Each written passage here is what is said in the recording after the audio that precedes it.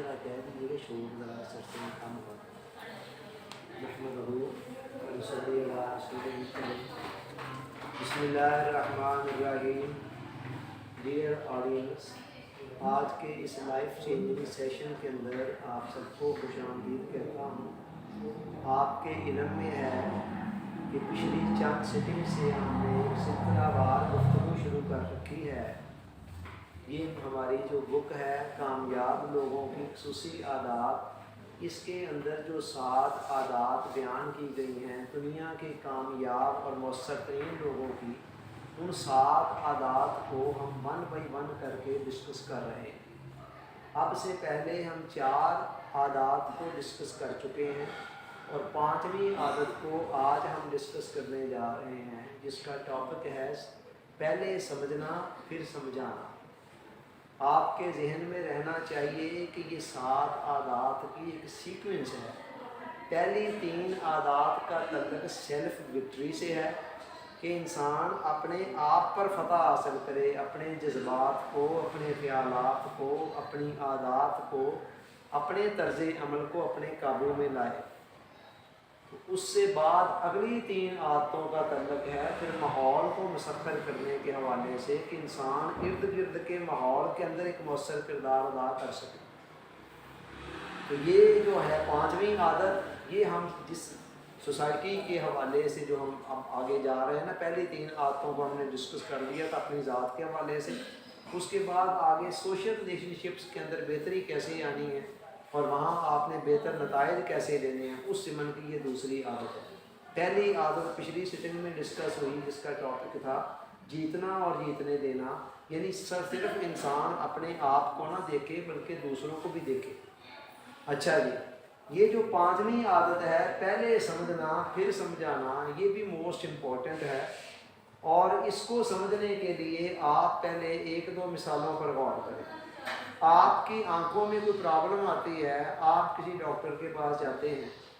کوئی ماہر ڈاکٹر ہے آنکھوں کا، آپ اسے کہتے ہیں میری آنکھوں میں کوئی پرابلم ہے، میں کوئی اینک لگوانی چاہتا ہوں. وہ جھٹ سے اپنی اینک اتارتا ہے اور آپ کو کہتا ہے آپ یہ لگا لیں، یہ بڑی اچھی اینک ہے، میں 1 سال سے لگا رہا ہوں اور مجھے بڑا اچھا یہ فائدہ دے رہی ہے، تو یہ آپ لگا لیں، میرے پاس اور ہے میں اور لگا لوں. آپ اس اینک کو آنکھوں پہ رکھتے ہیں تو منظر پہلے سے بھی دھندلا نظر آنا شروع ہو جاتا ہے.